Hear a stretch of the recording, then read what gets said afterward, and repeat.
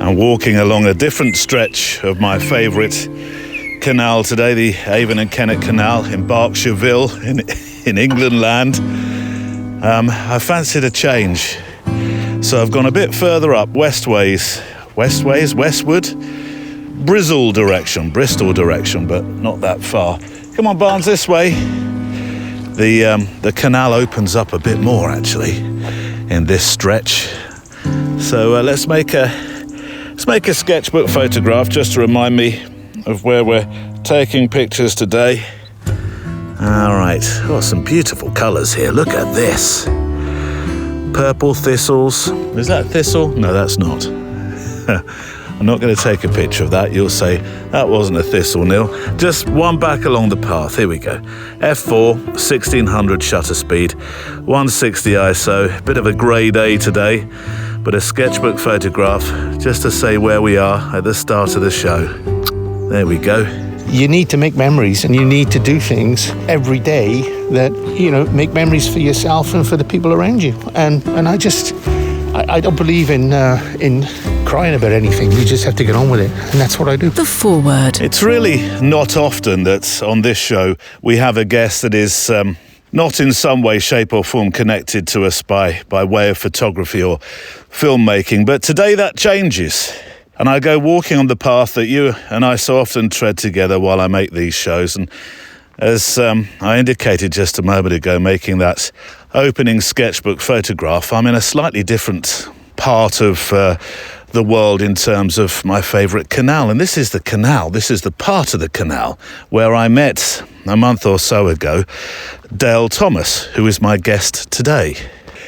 And so it felt appropriate to come back out to this part of the path. Actually, I toyed with several titles for the show before landing on the one that becomes much clearer later on during our chat. One of the ones I toyed with was I Met a Bloke. And actually also Just Say Hello, although I think we've used that I shall have to look it up when I get back to studio, but I'm sure we've used something like that on the show. Those two were completely based on the fact that you never know who you're going to meet when you engage with people out on your walks or when you're out in town, wherever your feet take you. So to Dale Thomas, the voice that you just heard there, the way we met is covered well enough in the show today because we talk about just that in the discussion you're about to hear. The rather windy chat at times today, I'm afraid, as you'll hear on the microphone. It was blowing a bit of a hoolie, as my grandma used to say. So while today's conversation on the show doesn't focus, no pun intended on this occasion, on photography in the way we usually do, I would argue that I think it fits right in, because if you walked this podcast path with me before, you'll know that photography, at its core, isn't just about pictures. It's about being, it's a word we use quite often, say it with me now, present. It's about noticing, it's about connection. And it's about the wonderful encounters this thing called photography gives us. What is it, pups? There's something across the river. Oh, it's a fish. It's a massive, great big fish that's just jumped. Oh, and have you heard that in the background? That's a massive tree that's just fallen. I was looking for peace and quiet today on this walk, pups. I think we've just walked into a bit of tree felling along this stretch anyway. Right, where were we? I think you'll hear a good few reminders today to embrace those more wonderful opportunities, large or small.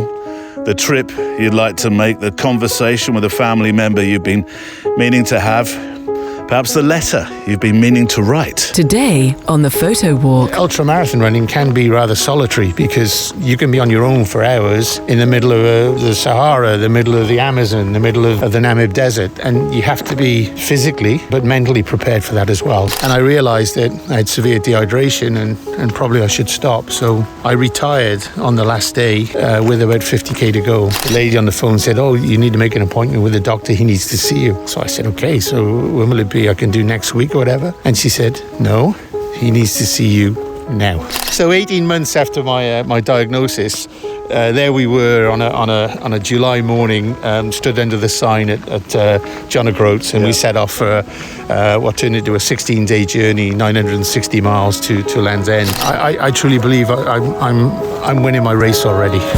That's Dale Thomas, my guest on the Photo Walk show today. He isn't a photographer, but he is an encounter. A runner who usually would have flashed past me. I'm always championing encounters as those magic serendipitous moments where we connect and, or maybe make a portrait and talk about life. And I'm all the richer for having spent time with him, so I wanted to ask him back onto the canal path and onto the show so you could spend time with him too.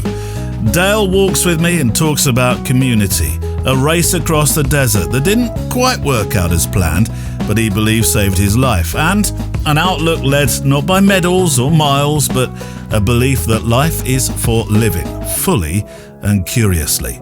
Alongside him, I'm sharing some of your letters and stories and thoughts that you've sent in, and we'll look at the mailbag in a moment just to peek in there and see what the messages are about. My thanks to our Patreon members of our community, our extra milers, and also to arthelper.ai, which helps you to sell your photos online by making the posts and the mock-ups and doing those marketing emails for you.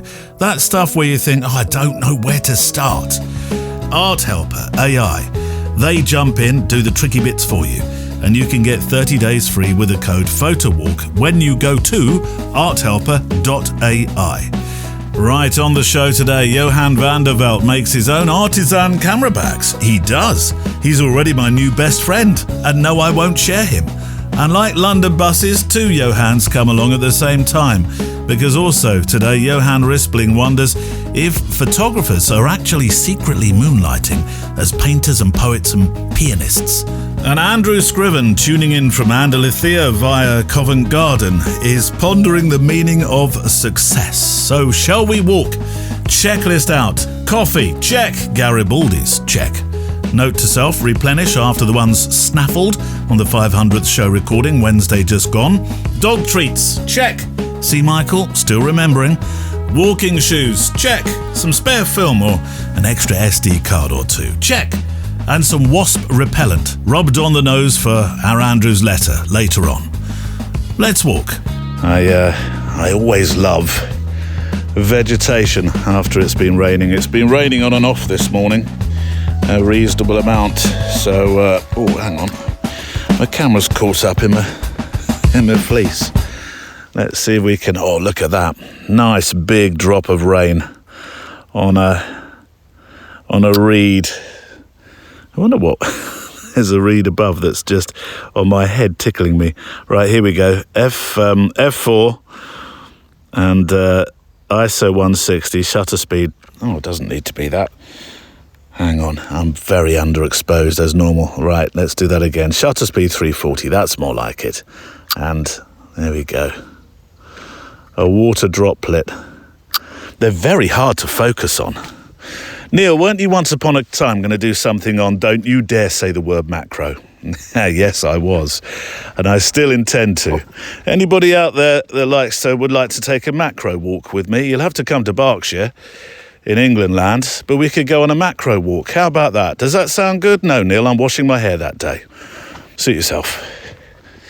Right, the letters, the emails, the comments you leave gives our community a real uniqueness. Your thoughts about walking, creativity and photography provides a very welcome respite from the noise of this world that we have at the moment. As together during this show, we put some miles under our feet and make a picture or three to remind us of where those footprints were left. Email for the show is, can I do the email address? stories@photowalk.show. I've got it right, that's the address. No, I'm not giving your Instagram. We had our 500th episode show recording the other day, which airs or starts to air in 6 episodes time. What is this? Are we 494 today? Right now, as I say these words, I would not even have had the chance to listen to hopefully the mountain of material I think we'll no doubt have. I have plans for what we're going to do on the celebratory walk for that very special episode when that goes to air. And on that note, a letter flooded in from Johan van der Walt in China. I'm going to need a sofa of flattery on this one, so stand by to hide behind it. Everybody, take your turns. Dear Neil, I was listening to your podcast where you announced the 500th photo walk event, and I must admit I was feeling a bit jealous because I'll not be able to attend. You see, I'm listening to your podcasts in China. I cannot believe that you're already planning for the 500th podcast, which means that I've listened to almost 500 episodes. Have you done every single one, Johan? There's a cure available, I'm sure. There must be a tablet, perhaps a cream. Your podcast came into my life at the right time. You see, I moved to China in 2018 after retirement. My wife is Chinese. And I now know that I didn't realise just how big such an uproot would be. Starting retirement is already a life-changing event for most people, but adding to that, a change of country, a change of culture, a change of language, and a change of normal daily habits, and you are most likely set up for an emotional roller coaster, I would say. For me, I think the change was even bigger because of my involvement in photography in South Africa. Photography was never my full-time career, but photography has been since the late 70s a huge part of my life. And the last 20 years, before I left for China, I was very much involved in the doings of the Photographic Society of South Africa, including being the president of the Photographic Society of South Africa for one term. Does it come with a badge, Johan? A big medal that you can wear? Oh, I hope so. I was also a Fujifilm ex-photographer. My word, this is like being with royalty. From 2014 to 2020, which meant I was heavily involved in giving talks and training on photography. And then on the 12th of July, 2018, we moved. And then it was, puff, nothing. But that's enough about me. I'm actually writing to thank you. You helped me understand the ups and downs I was experiencing. You helped me focus on my new photography life. You even made me love my Fujifilm X100F again. Because of you, the camera this is, became my daily companion. I even decided to name it Neil. I don't think my wife fully understands it still today when I say Neil and I are going for a walk. Johan, when I read this letter, originally, I thought that the going for a walk bit, as I initially flashed over the words, referred to heading out with the podcast in one ear and your camera in another.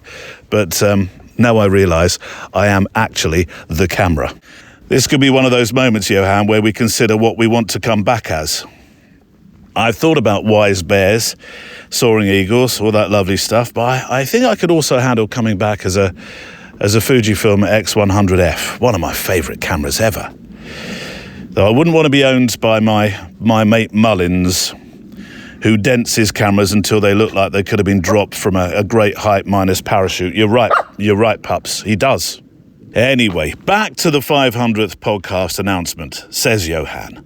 I was busy designing version 2 of my Fujifilm X100 camera bag while listening to that podcast. My other hobby, which I revived here in China, is leatherwork, and especially camera bags. Now, Johan, you have my full attention. You make camera bags? Come on.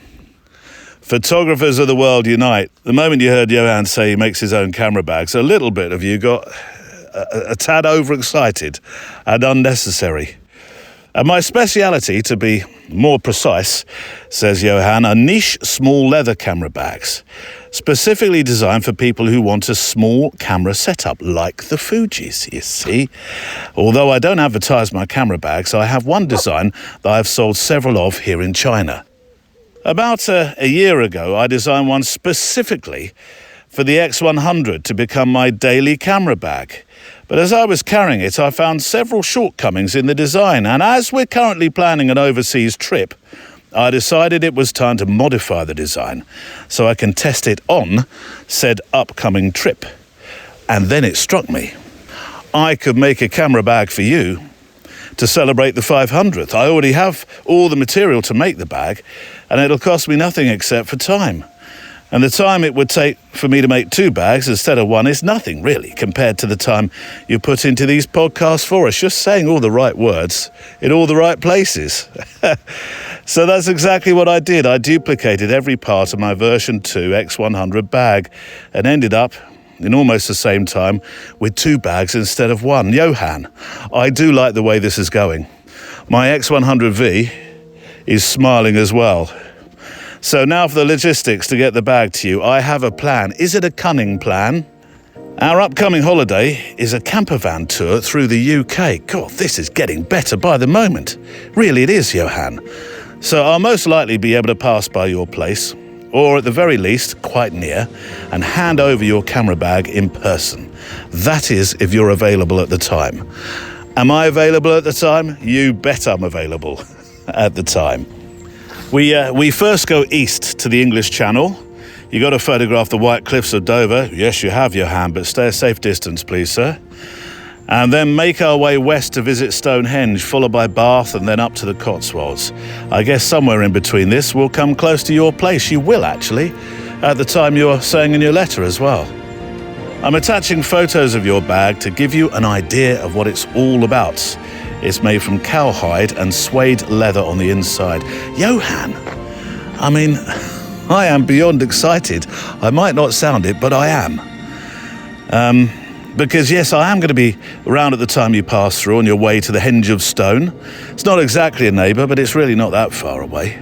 And I tell you what, I'm going to put that picture on the show page of the bag that you've designed and made. You really are a master craftsman. What a skill to have. I'll also pop up your social media links because it's good to see those photo walks that you're making in China. Regards, Johan van der Walt. P.S. If you follow a vegan lifestyle, then I'm sorry for this gesture. I'll take no offence if you say no. Well, fear not. I did want to leave that bit of your letter in and read it because it does show that you think about that side of people's feelings and beliefs as well. But no, you're fine. Honestly, Johan, this is superb work. It really is.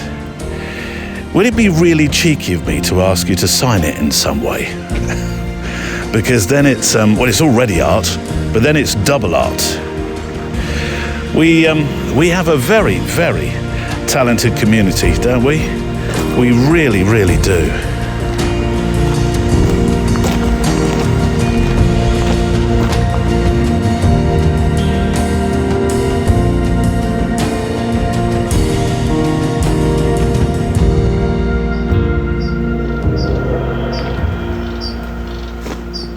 Lovely bird song. It's almost like they're calling each other, or maybe they are, from each side of the canal. Don't stop, don't mind me, just passing through, you carry on. This week's guest, as you know, is not a photographer, although he will be embracing sound and making a sound diary of what he's just about to talk to us about today, and I'm badgering gently to be included in the posts that he makes of this adventure he's about to talk about today.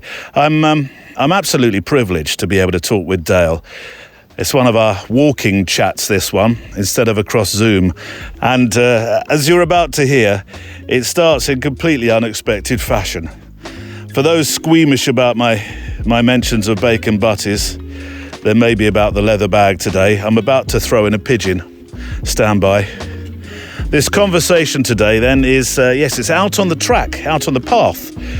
And it's about something we all face at some point, keeping going. That is, when things get tough. It's about resilience. My guest today has a story that isn't just about running or ticking off challenges. It's about showing up, another phrase we use quite often, making a change, following through when many people, probably including myself, might seriously think about stopping. And I think there's a lot we can take from this story today. I've certainly spent some time while I've been walking, wondering what I might do in Dale's running shoes. And I'd be interested to hear your thoughts too over the weeks to come. Here's the first part of my conversation today with Dale Thomas. I did say to Dale just a just at the start of the walk, that Barney is very likely to do a couple of things. One, he's going to bark a lot, Dale. Hence his name, Sir Bark-a-Lot, his nickname. Very appropriate. Yeah, but I didn't think that we would start our walk for the first 5 minutes with you watching me trying to get him back from the other side of a British Rail fence as he disappeared with a pigeon. So Neil, you promised me a nice chat as we walked along, but I never thought I'd get to theatre as well. it's so good to see you again. We met, it's over a month ago now. I was walking with my good friend, fellow photographer Giles Penfound, walking along the path of the Kennet and Avon, a bit further along toward Hungerford Way, and you ran past, and you had a shirt on with a charity name on it, I think. That's right. And it all started, as we say often on this show, with the words hello, or the word hello. That's true. And That's true. And we found out an incredible story about you, all within about 10 to 15 very intense minutes. it was like that, and I guess the hello started because I'm not one of these canal users, runners, joggers, whatever, that puts earphones in, and I like to know what's going on around me. And yeah, you're right, it was a hello, and we started chatting. So I don't know how on earth we got so immediately into this wonderful story of you running across deserts or whatever you do as these mad ultra marathon things that some people elect to do in the name of fun. But do you mind recounting that story, because it feeds very well into everything else?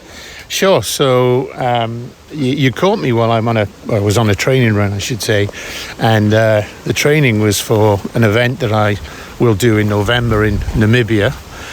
Which is an ultra-marathon, so 250 kilometres across the Namib Desert, self-sufficient, over 5 days. And I'm doing it for a foundation that grew up in Wokingham from a very tragic event. It's called the Ollie Young Foundation. And Ollie Young was a little boy who, back in 2012, lost his life one day before his 6th birthday. Oh. He had an incurable brain tumour, glioblastoma, and unfortunately he passed away just 12 weeks after showing symptoms. So really a very, very short cycle that led to a very tragic death. I didn't realise that brain tumours are am I correct in saying the number one killer of children with cancer? That's absolutely right. There are more than, I think, around 150 forms of brain cancer. And when Ollie was diagnosed, there was no real treatment for him, no cure, and until now, no prevention. So when you have 6 grandchildren yourselves that range from 4 years of age to just about 20 years of age, you need no other motivation than to try and raise funds for the research into finding a cure, treatment, and prevention. Yeah. How embedded are you in the charity now? Because when we left, I had this. I think you gave me a barcode or something, or QR code. I did. And I found it very hard to get in touch with you. It was mainly the charity, and you seem to be very embroiled in it. Well, I know Ollie's parents, Simon and Sarah. Now, yeah. I've known them over the last 10 years as I've been raising funds for them. And we've become friends. Yeah, we're not friends like see each other every day, but it's nice to support them in what must be been a terrible journey over these last 12, 13 years. You know, I can't imagine it myself, but so I choose to support them, and I choose to focus on something which is, to me, very tangible, because it's not one of the big charities. It's a charity which is run entirely by volunteers, and therefore whenever I raise a pound, a dollar, a euro, every piece of that goes towards the research that's required. I would imagine there's a small team behind it as well, or? There is a very small team. I guess you'd say that Sarah, Ollie's mum, is the principal, and she's supported by the family and friends, and they do various charity events across the county, but it's all done by volunteers. Yeah. And so far, the foundation has raised over £800,000. Good heavens. And 3/4 of that has gone directly to the Institute of Cancer Research to fund research programs, and the rest has gone towards two very, very noble organisations that have grown up because families are in need when there's a diagnosis of one of their children, which is the Helen and Douglas House and I've heard of that. Young Lives versus Cancer. Yeah. So there's a split in how the funds are used, but the majority, sort of 3/4 of it, is for the Institute of Cancer Research. You know, my focus, and I think the foundation's focus, is on making sure that there's people who are funded to be able to do this research. The exact status, I'm not close enough to know where we are right now, but I just know that, again, back to my own family situation, if this happened to us, I couldn't look myself in the mirror and say I didn't try and do something proactively to find a solution. Well, this is a good moment to take 2 seconds break because we've got some cyclists coming along. Barney is looking really unhappy with me. He's had to go back on his lead. He does look Yeah, he's not happy. Well, you brought it on yourself, Barney, by being Sir Barkalot by name and nature and sound. Morning.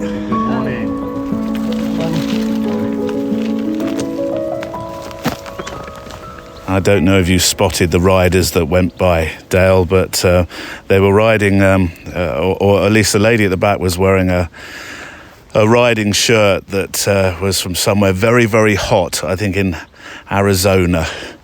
Oh dear, I mean, maybe they're doing a practice ride. You're doing a practice run later on. When you got out your car, you just flippantly passed this... these sentences to me. Oh, I'm on a 10k later. It's something which my wife, she sometimes thinks I'm crazy because I record everything in terms of the stats that I do in prep. So I'm already at 620k for my preparation time in the shoe, as they call it, 620 kilometres, getting ready for this event in November. In what space of time? I started at mid-November last year, Okay. so I had a bit of a slowish start. I had to learn to run again. I'll explain that shortly. But so I'm at 620, and I'll probably add another 700-800k before the end of October. Which is about 5 times the distance I have to run. I feel comfortable with that. It means I've done enough. And again, the ultra marathon runners will tell you, they talk about time in the shoe. So you have to be out there. You have to be out there spending the time, not so much the distance, but the time. Because In all weathers. In all weathers, is because ultra marathon running can be rather solitary, because you can be on your own for hours in the middle of the Sahara, the middle of the Amazon, the middle of the Namib Desert, and you have to be physically but mentally prepared for that as well. So it's about time in the shoe. So like I say, I'll do another maybe 600-700 kilometers before the end of October. And I record my HIIT training. So HIIT training is all about exercising your heart and being ready for... Oh, just the high intensity. Exactly. Yeah. So what you're trying to do is to train your heart, which is a muscle after all, to be able to recover very quickly. So since the middle of November, I am now sort of 24,500 exercises, individual exercises for core strength and for building my recovery rate. And as I say, my wife looks at me and she says, your spreadsheets and your stats. And I said, darling, I know, but trust me, when you want to run an ultra marathon, you can't just turn up. You have to put the effort in beforehand. It's not feasible just to say, I'm here, let's go. Myself and my wife, Sam, know one other ultra marathon runner. And he has apparently what's called the perfect running style. I think if you looked at, who's that character in the Acme cartoon? Roadrunner. You know how it has that, the legs that look like they're a circle? Apparently his legs go in a kind of a circle. Yeah. He doesn't look like a runner, but he is a runner, and a very efficient runner, which has helped him run around the world. Very good. Although he's had as many failures as he's had successes doing it. Yeah. And it's failure that actually brings us to the next part of this story, isn't it? Yes, it was 2019. It's the same race, actually, the Desert Ultramarathon in Namibia with fabulous guys at Beyond the Ultimate. And I got to the very last day. I was Run how far? Probably about 200k, and I had about 50k to go. Right. And I just felt I didn't feel good, and I thought this is not good. I started to unfortunately pass some blood, and I realised that I had severe dehydration, and probably I should stop. So I retired on the last day with about 50k to go. Morning. So the medics team on the event were amazing. A lovely lady called Ailsa, a doctor, gave me a sheet to come back and get my bloods tested. She said, you may have damaged your liver function, your kidney function, so you better get checked out. So I would imagine because of the extreme heat, the running inevitably becoming dehydrated, this is something that runners of ultra marathons suffer from. And she'd probably seen this sort of thing before. Absolutely, and it can happen. It can happen if you don't keep on top of it. I mean, you got to get used to drinking warm water, which not many people like. No. But it's one of the things you just have to do, and you have to keep hydrated. So she sent me home, and I got home, and I'm a typical bloke. What do? I'm fine now. Everything's cleared up. Not a problem. And then Deb's my wife. What did she do? She nagged me, and she nagged me, and she nagged me.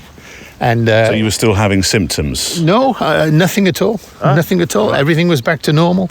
So in the end, I did the bloods, and I did the bloods I remember it so well, on a Monday afternoon. And a Tuesday morning, I got a phone call from the GP surgery, and the lady on the phone said, "Oh, you need to make an appointment with the doctor. He needs to see you." So I said, "Okay, so when will it be? I can do next week or whatever." And she said, "No, he needs to see you now." Oh, okay. So I went up to the surgery. This is only the day after the bloods. This is your GP? My GP, yeah. And he said, I've got some good news. There's nothing wrong with your liver function. There's nothing wrong with your kidney function. But there's something else. I said, okay, tell me. He said, do you have something called a PSA, which is prostate-specific androgen? He said, your range should be 0 to 4. And I said, what is that? He said, 0 to 4 nanograms per milliliter. Okay, very good. He said, yours is 290. Good Lord. At which point, I didn't know what to say. So it was, what does it mean, doc? He said, well, you have something wrong with your prostate. It could be benign or it could be malignant, but there's definitely something wrong. Your prostate is enlarged. Yeah. PSA is a measure of whether or not you have an enlarged prostate for benign or malignant reasons. Yeah. So he said, I'm going to make a referral for you to the urology department in Reading, in RBH. Fine, no problem. So I go home, and later that afternoon, I get a phone call from the RBH. Mr. Thomas, we've had a cancellation tomorrow. Could you possibly come down in the morning? Yeah, of course, no problem at all. And actually, it was the beginning of a story, because it was only then I realised that after the first cancellation for urology, and then the second, Mr. Thomas, we've had a cancellation for MRI. Mr. Thomas, we've had a cancellation for bone cancer. It's a way of breaking it. It's a way of breaking it, exactly. Yeah. And I am forever grateful to the NHS for that. They were just marvelous, actually, marvelous. Yeah. And the outcome was stage 4. Metastatic prostate cancer that had spread to my lymph nodes and to my T12 vertebra. Wow. So this is now March of 2020. COVID had just begun, as we all know. Yeah, frightening time in the NHS and for anybody that was a patient within it. Exactly. So I was fortunate enough that I had a private policy with the company I was working for, thankfully. And I began a series of radiotherapy and chemo drug, hormone treatment immediately. My particular level of cancer was inoperable. For those of you in the know, it was 9 out of 10 on something called a Gleason scale. So there was no choice for me to take it away because the risk of further metastasis is too high. So it's still in me. But it's being controlled by horse tablets every day, should I say? Big old drugs every day. So you live with cancer? 100%. How do you? I'm going to be very clumsy with my questioning here, but How do you work with that day to day, when you wake up of a morning, when you go to bed at night? First of all, I think, and it's a message to folks out there as well who are, shall we say, men of a certain age. Yeah. I'm a big believer in being in control of my own destiny. So I am proactive about the way I deal with almost everything in life, and proactive about particularly the way I treat the cancer, because it's there, but it really doesn't bother me. It doesn't define you. No, because every 3 months, just as a background, I have to have a blood test. Yeah. And the blood test tests all my vitals, the PSA again, and everything else. Yeah. So it's a bit like every 3 months I understand my mortality. It sounds dramatic, but it's true, because if my PSA is moving up or down, it defines whether or not there's an issue. So that's the way I look at it, and I am extremely relaxed with it. I really am, and what it does for me is it says you need to make memories, and you need to do things every day that make memories for yourself and for the people around you. And I don't believe in crying about anything. You just have to get on with it, and that's what I do. I'm surprised of just how calm you seemed. Has it surprised you? Did you, when you had this diagnosis, did you surprise yourself with your mental stoicism? I don't know. Maybe that's a question for the family around me, but I really believe that it's important to face what's in front of you, and I don't think that you can have your moments, of course, but I don't think it does any good to you, or it doesn't inspire the people around you if you start, figure of speech, looking at your navel and worrying about it. It's not what I do, and so whether this is particular for me or what, I would just encourage other people who are in the same situation to be, look at it, face it, be proactive, and live your life.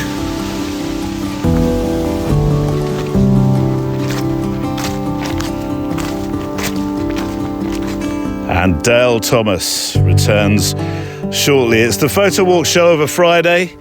Me with my camera, hopefully you with your camera, our walking shoes. Here comes Pups. Look, you got a stick. Well done. That's a good stick. I like that stick. Can I have the stick? Can I have it? Can I have the stick? Go on, let me have it. Go. The job is, Barney, what's supposed to happen is that I throw stick and you fetch. Right, gonna go that way or this way? Go on, go. We haven't really got the game of fetch sorted very well. Come on, this way. I tell you what, we don't have a Johan on the show like forever, as my kids would say, and then two come along from the mailbag in quick succession on the same show. It's like a festival of Johans. Although this Johan only has one N and hails not from South Africa, then China, but from Sweden. It's Johan Rispling. Dear Neil, this is the second dear as well today. Dear Neil, we've tipped the scales of politeness today, I think. This must be what it's like working for that Points of View show on the BBC. Hope you're well. I have a question. Is it common for photographers to do other forms of art as well? See, sometimes I do hear this, and actually Valerie Jardin mentioned it in the recent Paris special. She's an artist as well as photographer. Who knew? What's your understanding of this? Maybe a question to the other listener, or have I just missed that in an earlier episode? I do both photography as well as painting, mainly watercolour, and it feels like the two, I like this by the way, and it feels like the two art forms inform each other. Perfect. Regards, Johan Rispling. Well, Johan, no, we've not really discussed it before. No, I think it would probably make a good reflections piece on the Extra Mile channel. Have you been keeping up with that? We did a whole month. I'm really proud of that. Here we are in August, and we're running again with it. But I think I've always accepted that it's very possible to have several creative bents or leanings. We're likely to try other forms of art or craft or whatever you want to call it as well, aren't we? But yeah, what just dropped on my head? Thank goodness. Water. Thought for a moment, pups, there'd been revenge of the, well, you know what. But yes, you're right. Valerie did mention that during the Paris special, that she paints as well as photographs. And, it's something I've heard quite a bit from guests of late in terms of practicing art alongside photography or other way round. In that respect, it's not unusual, cue the song, at all. Mark Fernley, actually, the street photographer, graphic artist, he comes to mind. I did do some research on this. There's Saul Leiter. Most of us know Saul for his beautiful painterly colour photography. You know, the foggy windows and all that sort of stuff. But he was a painter. And when you look at his photos, now that I know that, I reckon I can see that as well. Neil, did you not know that? No, I didn't. Oh, hang on. Hold that thought for a second. As the pinstriped express goes by. There we go.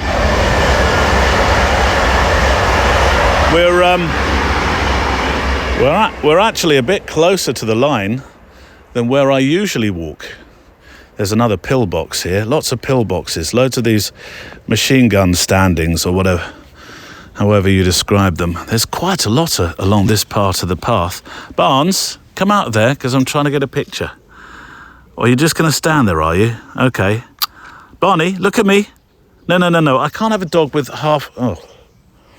Either go into the bushes or come out. One of the two. Hold on, I'll move.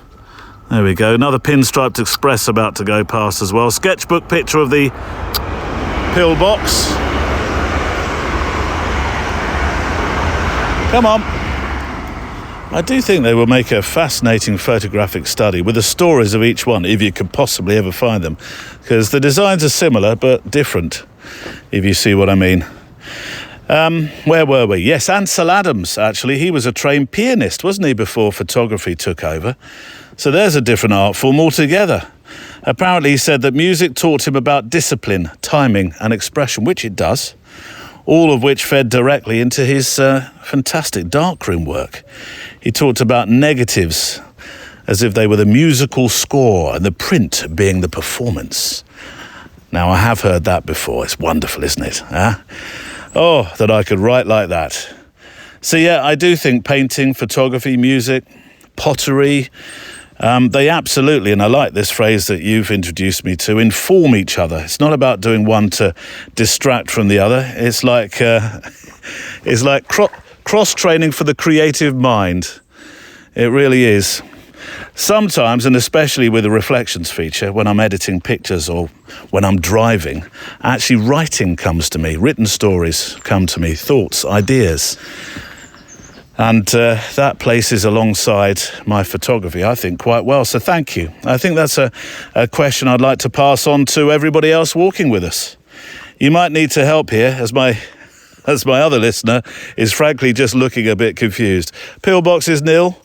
And then we had trains, and we had Barney barking. I don't know where I am. So do you practice more than one creative thing? Photography plus what? Or what plus photography? Whatever way round you place the importance in the arts that you practice. We can be so quick, can't we, to label ourselves. We are a photographer, or I'm a painter, or I'm this or that. But I think creativity... I think it does wander a bit.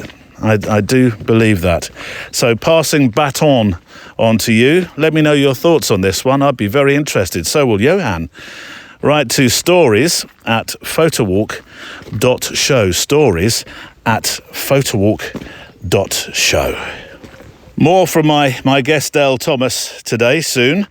First up, absolutely made up that we're supported this month again by arthelper.ai. And if you're not absolutely sure of how they may fit into your photography, will your studio self explain how and why, Neil? I believe he probably will. If you've ever thought about selling your photography online but haven't a clue where to start, I think Art Helper could probably help you because it's made for people like us. Here's how it works. You upload a photo, magically and instantly professional content is made for you, such as social media posts, email newsletters, even full Substack articles, all in your own voice.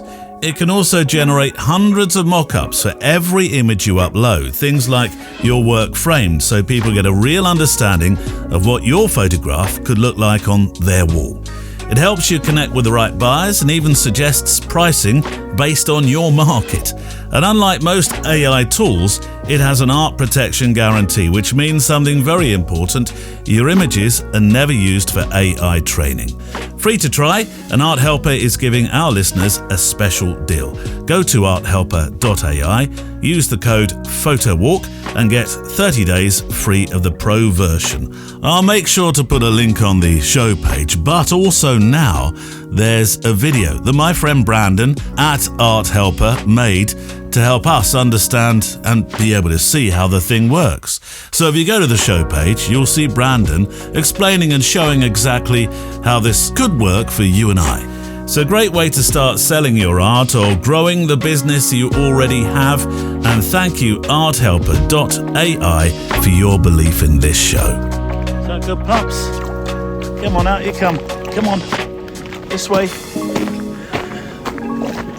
This is a lovely part of the canal, this really is. Regular spots, just shallow enough for Pups to throw himself in. He's not a swimmer. I meet so many dogs along the way that are swimmers. He's a great swimmer. One the other day that collected, I think, 2 or 3 sticks at the same time. I thought I was being a bit of a smart aleck, to be honest. Really. Oh, here comes a big train this time, Pups. It's all trains today, although I can't see this one through the bushes. This has to be a freighty, doesn't it? This has to be a freighty. Oh, I wish I was in that gap a moment ago. I could have got the nose of an engine, big muscly engine, just edging out the front of the out of the bushes and the trees there. Never mind. Come on. No one-word assignment this month. We have a few travels, actually, and what with holidays and stuff for other people who listen to the show as well. I thought we'd give ourselves all a chance to catch up with every single entry sent in, not just this month or the month just gone by, but for the months that were prior to that as well. We've had so many entries, we really have. Thank you for them. Now, I know we have, hang on, stooping underneath that tree there. There we go. There's one come across the path. I tell you what, that's a long walk for somebody with a chainsaw. That word will never be the same to me again, by the way. It is a long way to walk to remove that. But yeah, I know that there is a prize, the famous not so famous flask. But we have so many entries. I wish, if we could give one away to every single entry, that would be lovely. But I'd be bankrupt within a very short amount of time. What I think is most important about the assignments feature is that it's so inspirational. You get ideas, you read what people have been thinking as they made their photographs. That is the point of the assignments feature. So just because an assignment has run through, say March or April, it doesn't mean you can't take part. I'd still like to see photographs for different assignments. And if you remember the words, I did write them down actually. One word assignments this year. We've had tranquility, yes, gear, relic, context, the colour red, just a single word, red. That was Ted Forbes, wasn't it? Red. Humanity was another one. Eyes. So all those words, you might think during the year at some stage, you think, I'm sure there was a one-word assignment about that, as you're perhaps, depending upon the part of the world you're in, as perhaps you're vacationing, you might find something you think, I remember that was a one-word assignment. Then you can send it in. Bingo. So think of assignment, the one-word assignment, as inspiration just as much for other photographers. A place to go to for thoughts and inspiration, words about the photographs. Think of that as much about sending a picture in to win the flask. I'm thinking about something to do with writing as well as pictures come winter. But let's not talk about winter in the Northern Hemisphere, at least, just yet. Let's talk to somebody instead who this winter will certainly not be donning a coat and hunkering down because he'll be in Namibia, running across a desert. More now from my guest, a man what I met along a path called Dale Thomas. So there's a bit in this story I don't understand, and that's the cancer in the vertebrae. So running is a sort of thing where that vertebrae is used rather a lot. This is a story in itself. So I just a quick back reflection of me. I get diagnosed Christmas 2019. I get put through my radiotherapy treatment between sort of April to August of that year. August, they say, okay, Dale, you're in remission. We've hammered the cancer in your T12 vertebra with something called SABRE technology, but we can't take it away. It is what it is. So I say, fine. So tell me, what am I able to do now? And the oncologist said, whatever you do, you cannot run. Okay, tell me why. Because your running is an impact. It's an impact. Because when you run, you leave the ground, actually, and you come down on your heel, and you transfer force from your heel to your knee, to your hip, to your spine. That's what we all do when we run. Yeah. So he said, you cannot run, because what will happen is your spine, your T12 vertebra in your spine will collapse. And I said, okay, so what happens then? And he just basically said, it won't be good. I said, okay, I understand.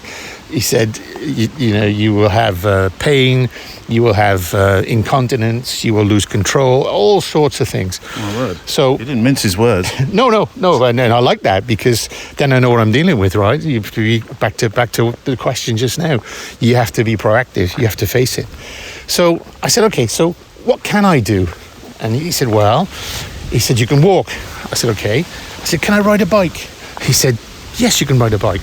Right. So this is now the end of 2020, and I sent a message to one of my oldest friends, Alan, Big Al, I call him, Alan Francis, and my old mate from school. We met each other when we were 4 years of age, and now we're 65 each of us. So a long-term friend, big bike rider. Yeah. And I sent him a little message, which was a link to something called the Joggle. The Joggle? The Joggle, Jogle. And it was a link, and I said, what are you doing in July next year? This is 2021. And he looked at it, and he came back, and he said, I'll be with you. And the Joggle is a bike ride from John O'Groats to Land's End, the Joggle. So, I was thinking it was a light jog, but no, John O'Groats to Land's End, yes. So in July of that year, again for the Ollie Young Foundation, we went all the way up, supported by family and friends. My two sons were driving, Alan's sons were driving. One of our biggest, oldest friends, Billy Walker, was driving. So they drove a camper van, and in my sort of 18 months. Very Hollywood. Yeah. You're a support team. It was. So 18 months after my diagnosis, there we were on a July morning, stood under the sign at John O'Groats, and we set off for what turned into a 16-day journey, 960 miles to Land's End. So I did that, and then I remember what the oncologist said. He said, well, you can walk as much as you like. So the following year, I did the 3 peaks, and then walked home from Snowdon to Berkshire, and then you walked home from the Welsh mountains to where we are now. Yes. My word. Yes, I use the canals to keep to the topic of today, because it's too dangerous to walk on the roads. Yeah. So I walked on the canals, and then in 23, I decided to do something different. I went to Inverness, and I walked from Inverness to Wokingham, again using the canals, which is about 780 kilometres, I think. Did you go all the way from Inverness to Wokingham using canals? You have to jump. In a few places you have to jump. Right. So, again, we had one of my good old friends, Pete Dudman, was driving the camper van this time, and he looked after me and Alan on the way for some of the time as well. So we made our way all the way down, as I say, about 780 kilometres that one was. And then last year, we were thinking, what can we do now? So we decided that let's do something a little bit easier. So we went to the source of the Thames in Kemble in Gloucestershire, and we walked to Woolwich, and we touched a post, and then turned around and walked back to Kemble in Gloucestershire. And then I set off from Kemble in Gloucestershire and walked home to Burfield. Wow. So we did 600k last year. of walking. So by this time, yeah. Has that doctor have you ever said to the doctor, been back and said, told him what you're doing? Yeah, and I mean, it's not a kind of like, oh, look what I can do. I don't mean it in that respect. I mean it in a, are you proud of me, doc, way. Well, there's a kind of a spin-off as well to this, because I started having hip problems in about 23, something like that, 2023. And so I was working to overcome this, and in the end I couldn't. So it was last April, I saw the surgeon, and I said, could I have one more cortisone jab? He said, Dale, your hip is destroyed. It's arthritic. You need to do something. I said, but can I have one more cortisone jab just to get me through the summer? He said, okay. So why? What are you doing? I said, I'm doing a little bit of a walk. He said, so what is it? Tell me what the walk is. I said, it's about 600k up and down the Thames Path. And he looked at me and he put his head in his hands and he said, okay, you can have one more jab, but then you come and see me. So in August 24, I finally had a hip replacement. So, it's good and it's working well, touch wood. So, well, it must be. So, yeah. We're coming up to the sunken boat along the canal. I see which had we been another 30 steps onwards, I'd have said there's a metaphor for your old hip. Exactly. But he came to see me the day after the surgery, and he said, Dale, he's like, I have no idea how you managed to do that. And I said, it was ibuprofen. My wife had put me onto that as well, and just being stubborn, I suppose. And this incredible family, this support that you so clearly have. Yes. Yeah, I'm very proud of them, and I'm sure they're very proud of you, Dale. Well, yeah. I mean, they didn't always show me that. That's what families do, right?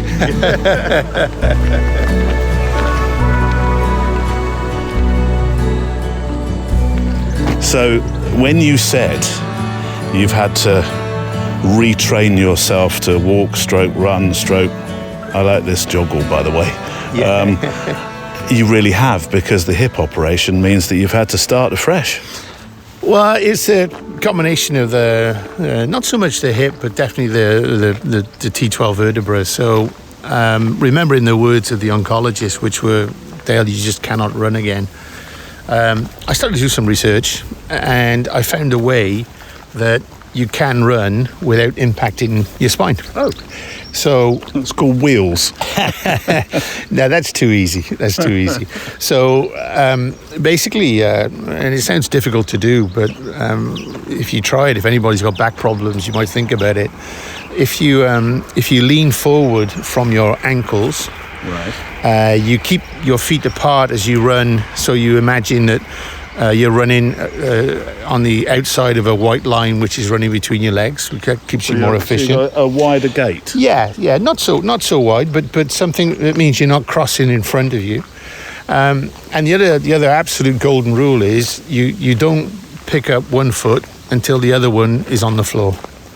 So you're. I thought that's what you naturally do anyway, isn't it? When you run, you're not. You're in the air. Oh. For a split second, you're in the air. Okay. So what this does is it means that you largely negate the issue of the force you create with your heel as you hit the ground. Right. So you pad along. I'm doing this. I'm trying to. Right. Okay. I get the theory. So you become you pad along, and you can become quite efficient at it, and that's what I've been practicing since November of last year. So basically, I've learned how to run again, and in February this year, I went to my oncologist and explained what I was doing, and said that my goal was to go back to Namibia and run this ultramarathon, which there's been like an itch on my neck now. And as I've explained to him, it is the race that saved my life, because I had no symptoms of prostate cancer before I went there. It's a complete surprise. So I said, so is there any way that you could sanction and say, yes, you're okay? So we did another MRI. We did some more complete bone scan for density and so on. We did some more bloods for some specific things. And a week later, he says, Dale, your spine is exactly as it was 6 years ago. There's no further deterioration. Your bone scan is really very good, because you have no abnormal risk of fracture than anybody of your age would have.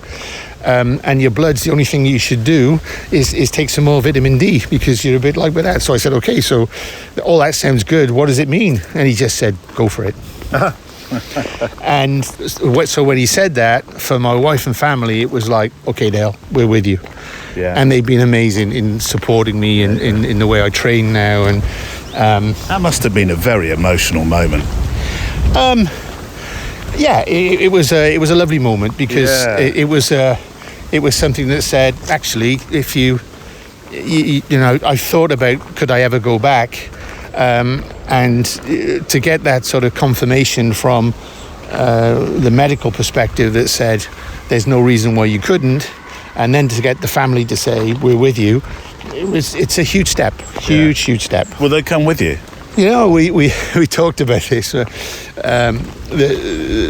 problem with that is that when you get to Windhoek, which is the capital of Namibia, the race start is 4 hours out into the desert, and the race finish is probably 2 hours out into the desert. Right. So there's no nice finish line where, you know, there's 1,000 people waiting to celebrate the end of a race. You know, it's way out there. This truly is, when they say ultra marathon as being one of the greatest life tests, it truly is, and you truly are on your own.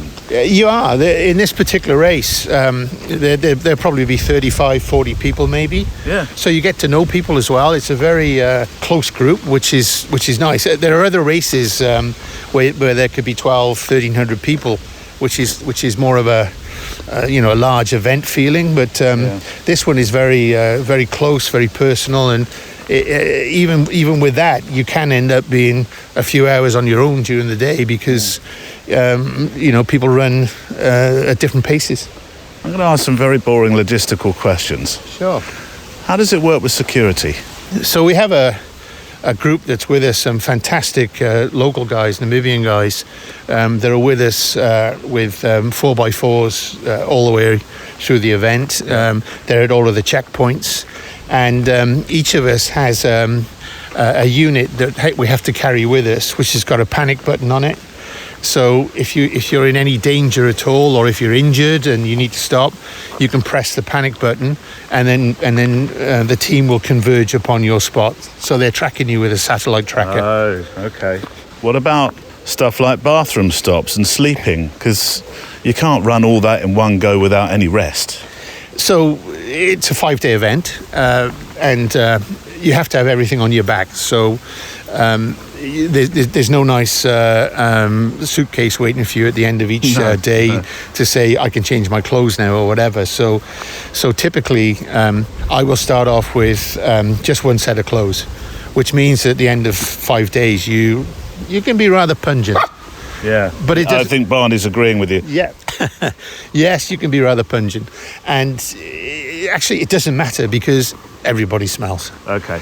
So you're really trying to keep the weight that you have on your rucksack to a minimum. So I'm aiming for, excluding water, because obviously liter of water weighs a kilo. That's it. Yeah. But I will be trying to get to 6 or 7 kilos on my back, which will be food, small medical kit, and a sleeping bag, and maybe some spare socks, which I'll take. My rule is what I do, because it's the desert. I'll take 4 pairs of extra socks. Yeah. And then at the end of each day, I throw a pair away, because no matter how good your eyes are, you cannot see the smallest grain of sand in a sock. And the issue is, if you put that sock on, and then you start the day with grit already in your sock. One basically. grain of sand. Yeah, I'm being dramatic about it. Be dramatic. I like drama. But if you have anything which is in your sock, then it's a potential blister you're going to create. Yeah. So I just tend to say, okay, goodbye socks. I throw them away, and I put clean ones on every day. We have a joke on this show about the amount of spare undies I take. Well, I have to say, I may take one extra pair and throw them away, the other one away. you have to. It's all about managing the weight on your back, because you are 5 days out there and you are self-sufficient. You have to carry your food on your back. Yeah. The food, by the way, is all desiccated food. So like astronaut food. Yes, yeah. So I buy it, and then I decant it, and I put it into day packs: day 1, day 2, 3, 4, 5.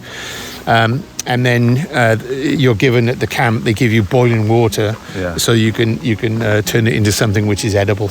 How many calories per day will you burn, as opposed to what you take on board?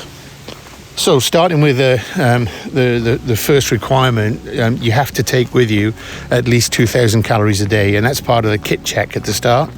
So that's actually less than the average bloke that is doing nothing for his whole day. Correct. Needs just to live. So, and on the event, you might burn, I don't know, maybe 6,000 or 7,000 calories a day. A day. So what you're doing really is making sure that you have enough in the morning and enough in the evening, so that you can set yourself up for the day and then replenish yourself at the end of the day. Right. And then I use jelly babies and electrolytes and things during the day, just to make sure that I keep my energy levels up. You've been through this before. This is now the run that you're going to complete. That I don't suppose it finishes the story, actually, because there's so much more to do with Ollie's charity, and so on. But have you had any thoughts about what the next challenge is going to be? Look, I'm just assuming you're going to run this like a dream. I don't know if I'll run it like a dream. I have to be honest. People are asking me already. Do I think that I'll finish it? Because I didn't want to ask that question though. Well, yeah. But it's okay, because people ask me that already, and my answer to that is I would love to be in a situation where I finish that. I'm doing the work to get there. It won't be for lack of preparation. No. But at the same time, I truly believe I'm winning my race already.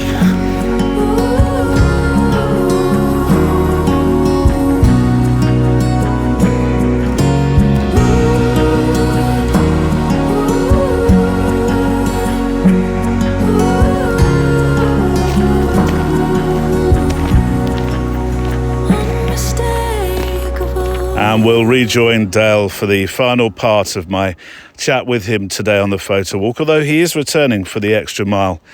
We'll return to Dale very shortly. We're truly international today with these letters into the mailbag. Thank you so much for the mails you've been sending in. We've been walking the towpaths of England with Dale, street pictures from China with Johan, a Swedish lilt too with Johan again, and now Andalusia, yes. Hi Neil, my name is Andrew, and I'm writing from Andalusia. I think I've got the th in the right place. Where I live with my family, I recently tuned in to your podcast and was so pleased to resonate with your content in the way that I did. Photography, reflection, and a good walk, in brackets and cycle, has been they've been passions of mine for a long, long time. I was introduced to your podcast by a customer buying one of my pictures from a little stall I have in Covent Garden in London. Hang on a moment. So you have a stall in Covent Garden, one of my favourite places in Londinium, and you live in Andalusia. Stand by. Guess what I'm going to say? Is it living the life, Neil? Yes, it is. Living the artist's life. As so often happens, says Andrew, I shared stories and experiences with this customer, and she shared details about your podcast, thinking I might quite like it. And I'm so pleased that she did, because I've listened with keen interest to your conversations, particularly with Quintin Lake. What an interesting man. Yes, that was only a few episodes ago. I've often contemplated walking around the UK or around the world. Maybe one day, Andrew says, I will. I think the world's... well, why not? I was just about to say that's a bit of a stretch, but why not? I'm not sure anybody, even from birth, would have time to walk around every shore, would they? But pick out parts of it. What a fantastic adventure. I listened at 5 a.m. It's very hot here in Andalusia, and I couldn't sleep. So I listened. Well, usually there are those that say, if you can't sleep, tune into my podcast and that'll help you out. I listened as you explained your interest in photographing historical landmarks with a military connection. At 9:30, after taking my children to summer camp under the trees, I set off to, I think it's Himinar. It's spelt with a J. It's Himinar, isn't it? To photograph a series of small cottages that are on the market for sale. I was told during the photo shoot that the cottages were used way back when for making bombs to bomb Gibraltar. Ooh, it's not very pleasant. But that's quite a coincidence, I thought. I shared this coincidence with the estate agent, and she commented that I must be tuning in. Tuning in, I like that phrase, I said. After 8 hours of photography and making floor plans in these cottages and being stung on the nose by a wasp, that's suffering for your art, I came home, made myself some dinner and sat down to listen to another of your podcasts. This time I chose, What is the measure of your success? Measures of success and conditions of worth are topics that I consider regularly and fascinate me. Hopefully very soon I'll be qualifying as a counsellor with a BACP, working in-person centred and existential therapy. Good grief, Andrew. Not only do we have a creative community, we have a community that do stuff I can't even spell. I hope to incorporate the things that I've learned into my photography, perhaps working with photography to help people experiencing anxiety and stress. So these topics are never far from my mind, and that's exactly what we talk so often about, isn't it? That's exactly what we talk about. Neil, what's happened to your grammar today? That's often what we talk about on this show, how anxiety and stress and photography, have this way of working together to improve the situation. I was surprised when a couple of minutes into that podcast, you used a radio metaphor to explain how some photographers don't just document the world, they tune into it. This coincidence then has prompted me to reach out and say hello. I like this concept of being tuned in, says Andrew, of the connection of us all, so I wanted to feedback this connection with you directly, to express my appreciation for the work that you're doing in sharing this, I'm going to have to get the sofa of the flattery out, this wonderful podcast, and sharing this wonderful podcast, and for taking delight in the simple things, and sometimes the inexplicable too. With best wishes, Andrew. I will put Andrew's website, actually, onto the show page, so you can enjoy his photographs. And I feel more than a tad privileged to have a learned creative write in. You must let me know where your Covent Garden stall is. It's a place in London, as I say, I love. It's a great place to go and photograph people. If ever you need a bit of confidence photographing people, Covent Garden, if you're in London, this is obviously. Covent Garden, superb place to be, because there's so many entertainers there, and that immediately is a great place to start with photographing people, and just the people around that area. The stall holders, you've probably come across Andrew. You must ask everybody with a photography stall, is your name Andrew? Is your name Andrew? Is your name Andrew? Is your name Andrew? Is your name Andrew, pups? This is where you're supposed to bark. You bark at all the wrong places. Is your name Andrew? No, nothing. Nothing at all. Your name is not Andrew, is it? Ah, it is. Yes. But I'll share your website, as I say, on the show page, and hopefully maybe you could send us a couple of pictures and I'll get those onto the actual show page itself, as opposed to just the link. You are a proper traveller, Andrew. Look at these incredible photographs from Antarctica and Tanzania. Oh, my word. Fantastic. And I love the Maasai dancers as colourful ICM pictures. Perfect. Very, very nice.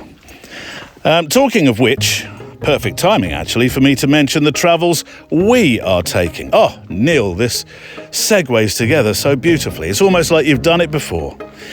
Now, I think this is probably the last week I can include Scotland, actually. There is just one final place to fill across 2 weeks, and it's the first week between the 7th and 13th of September. I can't believe we're almost at that time of year again. creative writing, feedback sessions, film photography in the darkroom, session on sound. Oh, very exciting, really. So yes, lend me your ears for a couple of moments as I tell you about the travels we are going on. India, by the way, is booking quickly now too. We have 3 wonderful ways to travel with this show. 3 unique, wildly precious experiences. This September, we travel together for a retreat to Scotland. Escape with us to Scotland's Black Isle.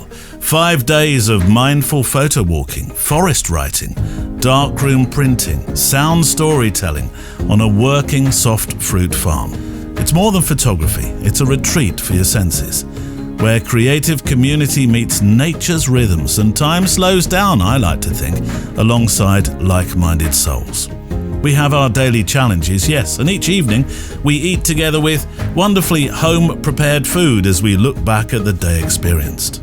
Next year, in March 2026, we return to India. Over 9 immersive days in March 2026, this isn't just a photography trip, it's a creative awakening. In Kolkata, we'll drift through steaming street markets as they awaken, ride the famous yellow taxis of the city and pause for chai with families. We go to the largest flower market and photograph a wrestling story. And then in Varanasi, we capture shimmering Ganges dawn rituals, saffron-robed pilgrims, and the centuries-old pulse of Ghats and temple life. Small groups, local guides, afternoon edit sessions, journaling guidance for platforms such as Substack. It is a journey that goes way beyond the lens to awaken sensitivity, story, and definitely spirit. And then in September 2026, from the moment we land in Ulaanbaatar, Mongolia begins to whisper its secrets. What a place! But it's in the wide open Altai where its soul reveals itself. We will trace ancient trade routes and Buddhist monasteries to the golden silence of the steppe. We'll explore temple ruins scented with time and stand shoulder to shoulder with eagle hunters, watching their golden birds return to outstretched arms, photographing and documenting their life. We'll witness the riot of colour and tradition of the Eagle Festival. We'll work with farmers, live alongside them, creating photo stories of the like you won't have done before, I'm sure. And we photograph the streets of the city, too. It's raw, it's real, and it's a visual journey deep into Mongolia's timeless rhythm. The world doesn't wait. The stories, the faces, the fading light, they're all out there, waiting to be noticed by you and I. Traveling like this isn't about ticking boxes. From day one, we've always wanted to work differently on this show. We'd like you to feel something about you shift. You go to make pictures, yes, but what you bring back shapes how you see everything else from that moment on. Some journeys just don't end when you get home. Go to photowalk.show and all the links for these incredible 3 journeys are there. Scotland only has one place on the first week left, mind.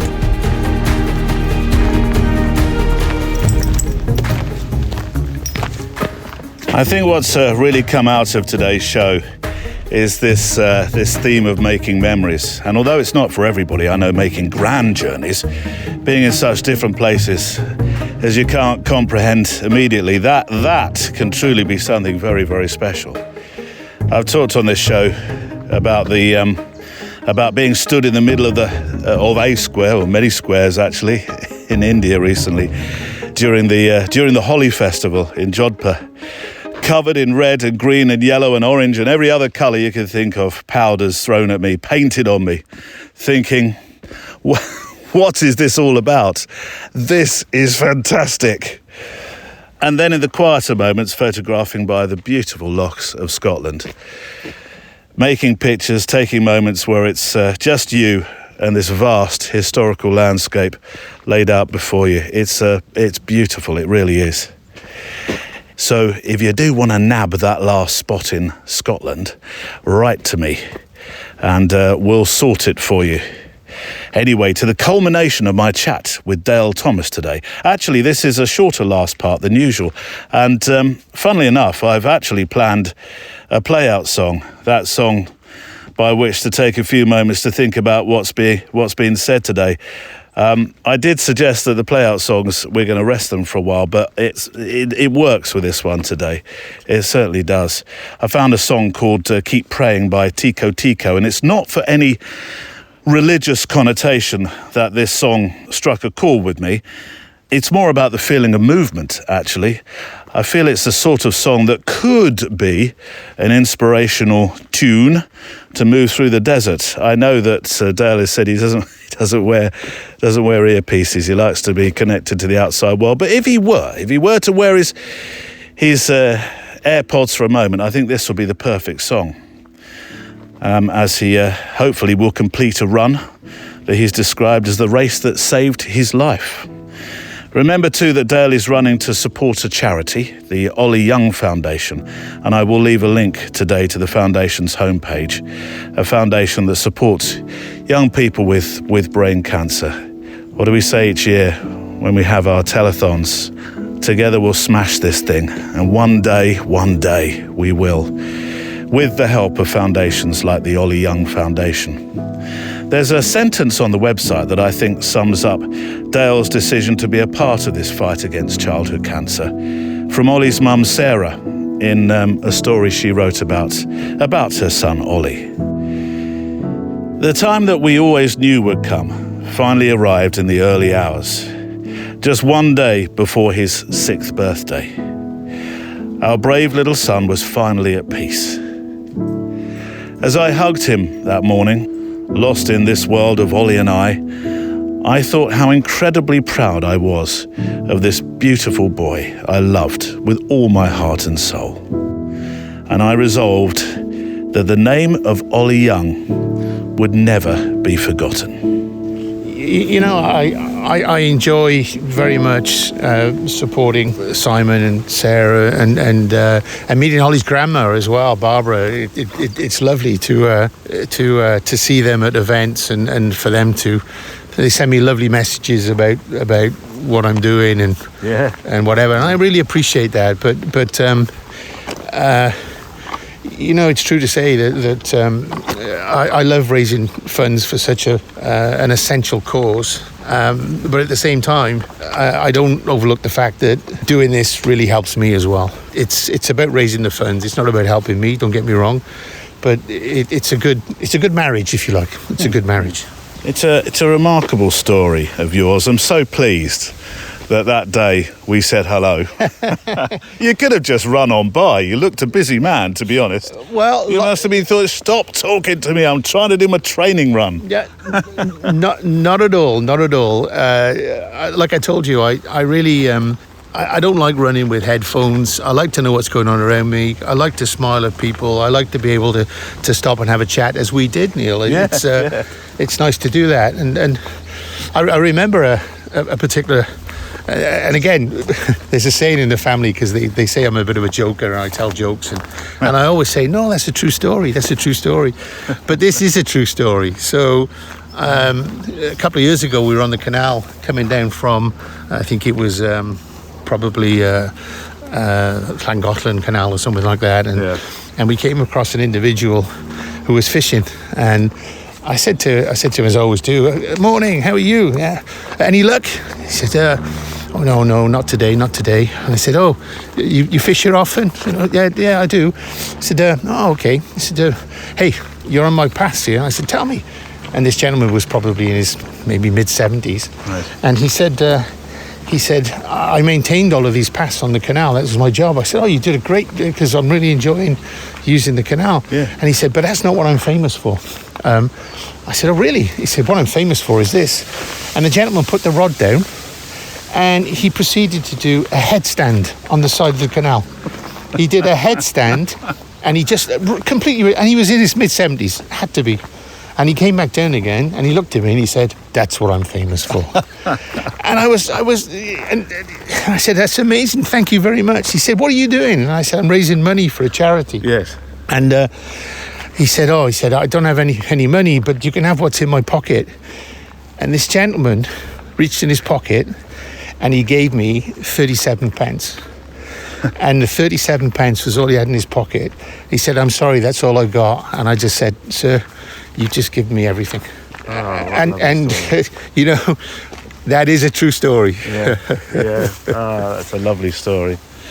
I think you're probably best placed to answer a question that I ask every single person who's come on the show now for, I don't know, 3 out of the 5 years that we've been walking paths and I've been presenting this show. And it's a very, very simple question. Doesn't always end in a very short answer. Some of the answers to these are quite long, and I suspect yours may be tied up with some life advice, or at least I'm prompting you to try and do that within your answer, Okay. which is a bit unfair. I mean, I know that's true, isn't it? We need a life answer, don't we? That's a yes. That's a yes. So the question is simply why? Why do you do what you do? Why do you run? Why do you have the belief you have? So I started to run probably around the 2001, so 24, 25 years ago. And I did it because I was working in the software industry and internationally, so traveling an awful lot all over the world, and basically I got tubby. That's the way to describe it. I was probably 15 and a half stone or something like that. And I just decided enough. I'd been fit earlier on. I played some semi-professional football earlier on back in Wales. And I just decided enough. I have to do something. So I started running. And I did 3 London marathons between 2001 and 2004. And I did a lot of half marathons. And I enjoyed doing that. And then a friend of mine said, why don't we do something completely different? And the completely different was a race in Morocco called the Marathon des Sables, which is another ultramarathon across the Sahara Desert. So we trained for that, and I got the bug. I just enjoyed the experience of jog walking. That's what it is, really. It's only the elite guys that run all the way. But I just love the experience of the challenge.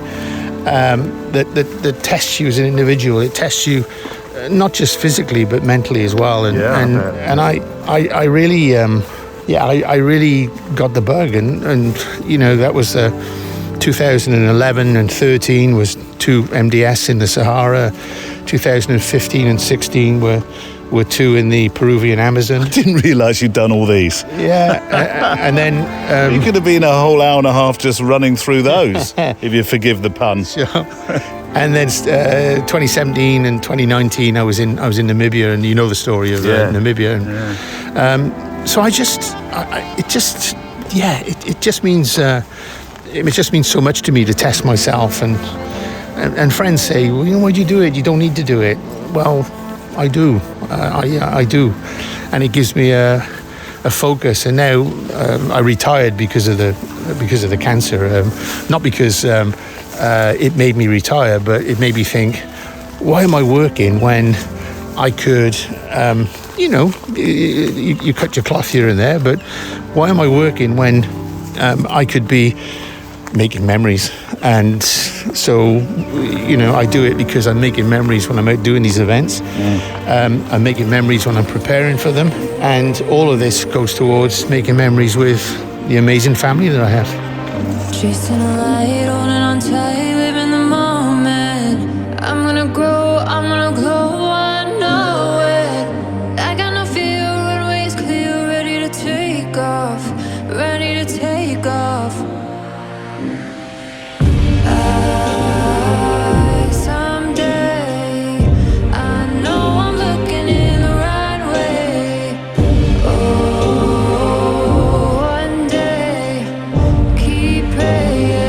I keep praying.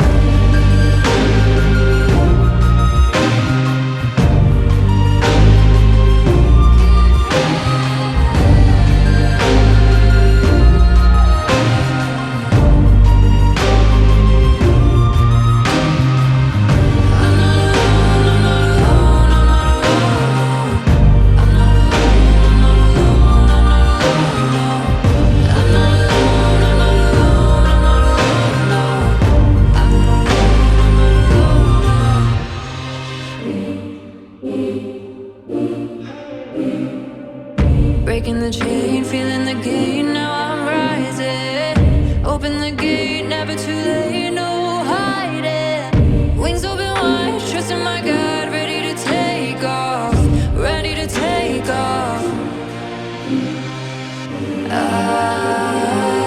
Someday I know I'm moving in the right way. Oh, one day I keep praying, I keep praying.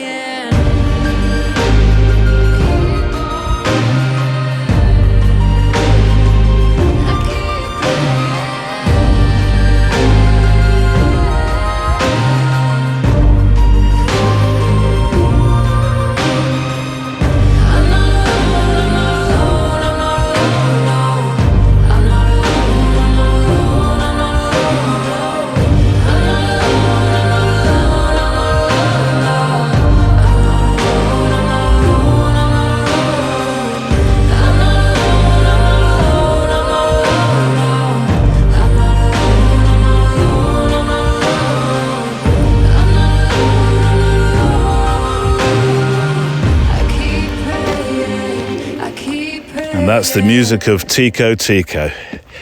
With my thanks going to Dale Thomas as well for his time with us, chatting, walking along the path, sharing his story and that of the Ollie Young Foundation's story as well. I will, as I said before, leave a link to the foundation and a link to those stories as well by Ollie's parents. Now, Dale is actually back with some further inspiration in the Extra Mile today, our Patreon channel. On this week's Extra Mile. My mother would tell me stories about as a 2-year-old I would disappear. Would you? I would disappear. I would be off looking around down the road, whatever. I've been lost so many times as a young kid. It's in my blood, I think. And so really all of my teen life through adult life, I've traveled. I mean, you think about things today and what it was like then. I was 14, 15 years of age, and I traveled from South Wales to Brussels, to be in Brussels to spend some time in a scout camp with a pen pal whose father worked with my mother in the same company. And I went on my own. You know, people say, well, to travel is a reward for all your hard work, and I understand that, but I also think that to travel is a massive education on life, because you just get to see that life is different elsewhere, and what you take for granted then you can maybe receive in a more positive way. If you'd like to hear a little more of the photo walk each week, head to the website and click Extra Mile or the orange support the show button up there, top right hand corner. No, not that, that's left. There, right, that's the one. That's the one.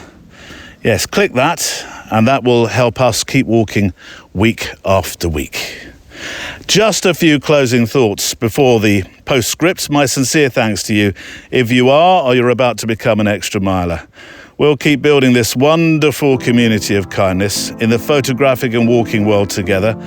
A safe place to share our thoughts about this thing that we do, photographing and walking. And a few mentions for those who smooth the voyage for me. My thanks to Neil Ford, who looks after IT. If you'd have heard a reflection earlier on this week, you'll realise just how important Neil Ford is in my life. Also thanks to Andrea Gilpin, who keeps a watchful eye over Instagram, as does Kelly Mitchell for Facebook, and to Michael Mixon, who pops up now and then with some show research. He does. Right, a postscript for the show. Can I just do the postscript? You've been very good, but you need to let me do this. Who's that? There we go, that puts him off. Oh, no it didn't. All right, hold on. This gets people talking each week, you know. They say, look, he's got you trained. This is not the way it should be. There we go. Have that. This is the reason, by the way, pups, that you weren't at the 500th show recording. Because I knew I wouldn't be able to concentrate on all the wonderful folk who came and spent time with us. With you bimbling alongside, I love you loads, but bimbling alongside, being demanding. What does Sam call you? What's the word that she uses for you? There's several words. Bossy, that's the word. Right, a postscript for the show. This one is attributed to Mark Twain, or, quote, often attributed. Mark Twain, the pen name of Samuel Langhorne Clemens from 1835 to 1910. American writer, humorist, lecturer and satirist. I knew you knew that, but I just needed to say it for my other listener. Widely regarded as one of the greatest writers in American literature. So the PS is this, and I think it matches Dale's story within the show very well today. 20 years from now, you'll be more disappointed by the things you didn't do than by the ones you did do. So throw off the bow lines, sail away from the safe harbour, catch the trade winds in your sails, explore, dream, discover. I know, great phrase that one, pups. I know. We're a long way from a bacon butty here. God, dear. Come on, full speed ahead. Set a hole in the light of this moon. My mind keeps searching, but my heart decides thoughts can be cruel. They're not mine to hold. The space unravels when you let go. The Photo Walk is a Loading Zone production.